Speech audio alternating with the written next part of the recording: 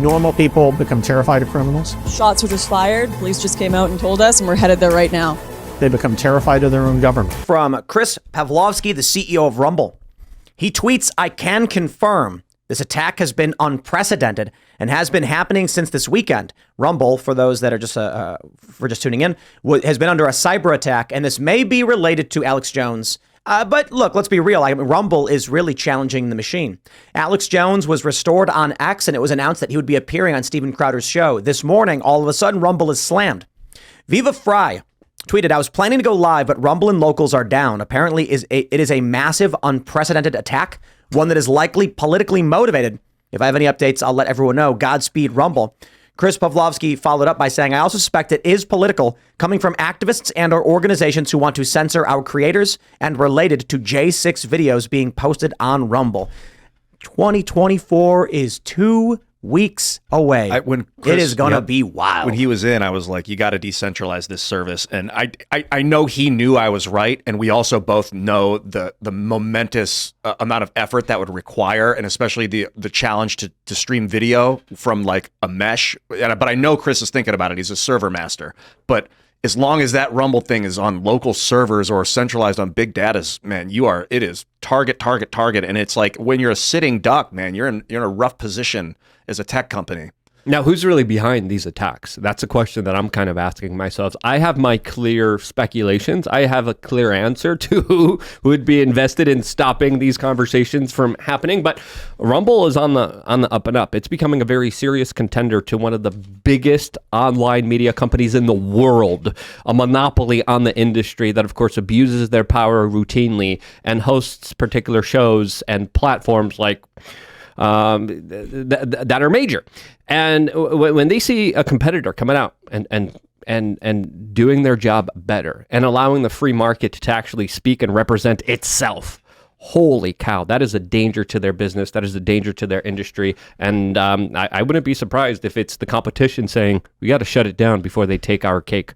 It could be the Russians wanting you to think that by making you think that the enemy of your enemy is doing something to your enemy. Like it could be three deep, it could be someone trying to get you to think that it's Google doing it to Rumble, or getting you to think that it's the American government doing it to Rumble to sow dissent.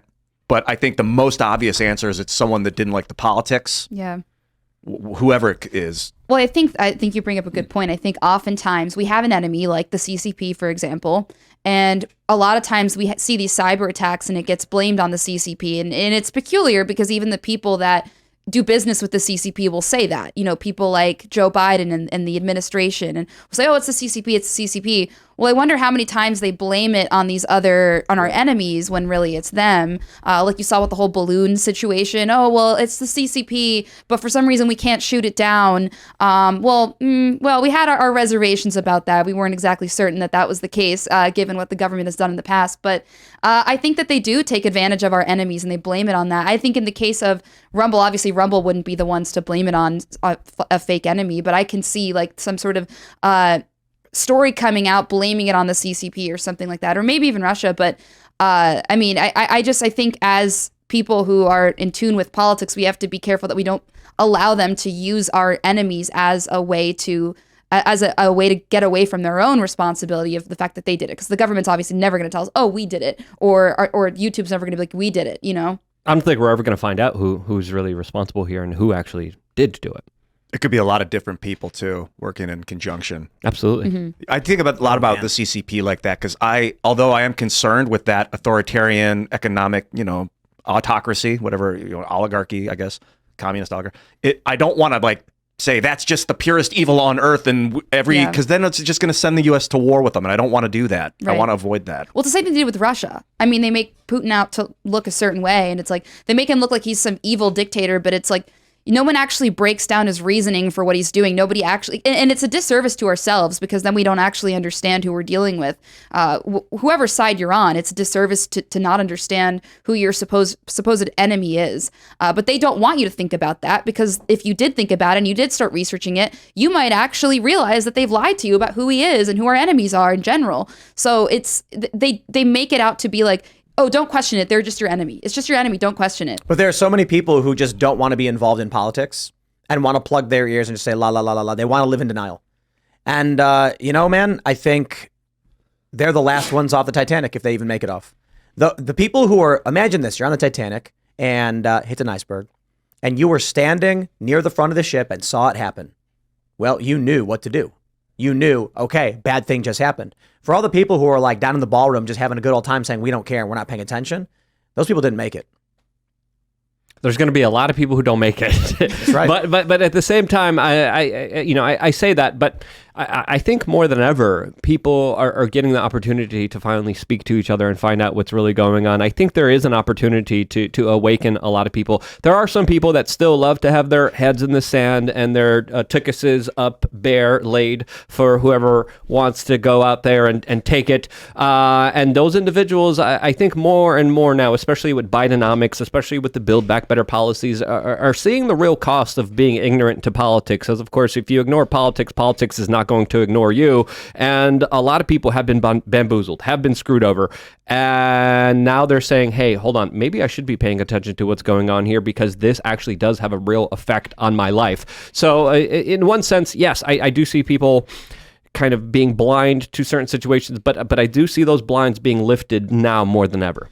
I assume it's people with young children or people that want to have young children. They have a reason to think outside the box about the future. But like older people that are just collecting their Social Security, they're just like, oh, shut up, and I want to just watch TV. And But there's a new data that was just released by a CNN poll.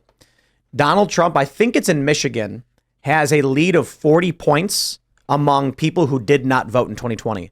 Trump's biggest gains are among non-voters. Like people who didn't vote are waking up and they're deciding I'm voting for Trump, and that's what's giving Trump the bump. Good news. Yeah, and every time the corporate media attacks him viciously, unfairly, he just becomes more popular. Every time the state brings more charges to him, everyone's like, hey, why are you doing this to this man? As of course, he's facing 750 years in jail, which is absolutely crazy. The fact that a former president of the United States could be going to jail for multiple life sentences, that's just a new level of craziness. And in my opinion, desperation by the establishment that has gone way too far. But I've talked to a lot of people, man. Trump's going to be convicted.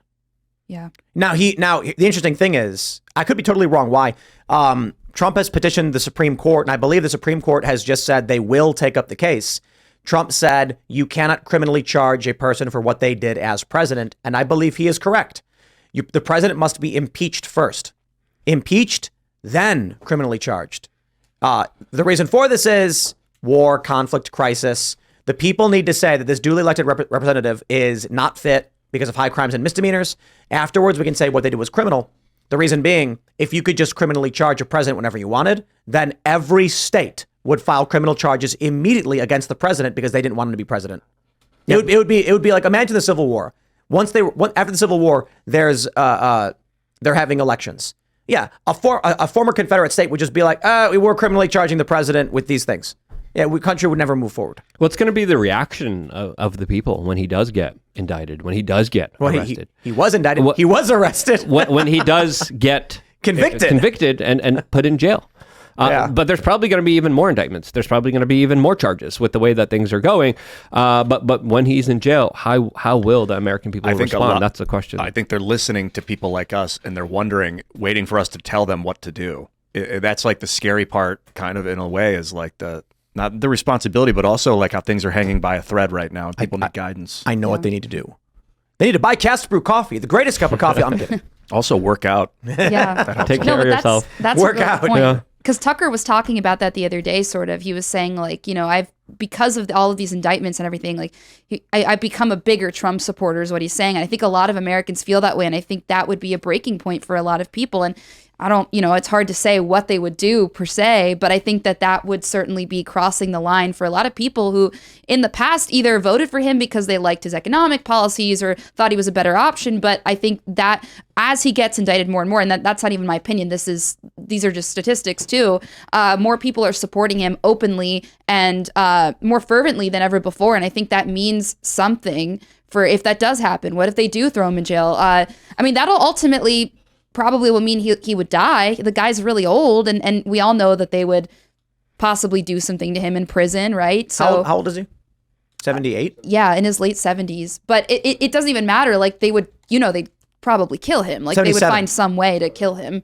And that's ultimately, like, I think they would probably blame it on age, but I mean, who really knows? It could be that or. Well, Alex Jones warned about this. Yeah. The risk to Trump's life because of what's happening. However, I do think it's also important to consider if we win enough culturally and shift the narrative enough in this country, it would make the option of going after Trump inviable, right? Going after Trump with violence only matters if they have the power to maintain control of a system. If it becomes apparent that, Bud Light's failure, Disney's failure, this is the expansion of X. If this becomes so apparent that we are going to win, what happens is the powers that be just say, I was always for free speech. And they'll jump ship and quickly rush over because they want to preserve their own lives. So I think all we have to do, stay the course, build culture, support the Daily Wire and their movie efforts, support shows like Timcast, Steven Crowder, support Jimmy Dore, just anti-establishment individuals. Buy the best song ever. Go to thebestsongever.com, buy our song, pre-order it. It'll be out Friday. The reason is we want to win the culture war. Support a mug club. Buy coffee brand coffee from Jeremy at the Quartering. Just support all of the parallel economy. Go to Public Square. Buy all your products from Public Square. Just hammer down all these cultural victories and make sure they know the money's not there, the confidence is not there, and if you take extreme action, you will lose. There's also wearechange.shop that's also pretty good, but no. And t-shirts, the best political shirts.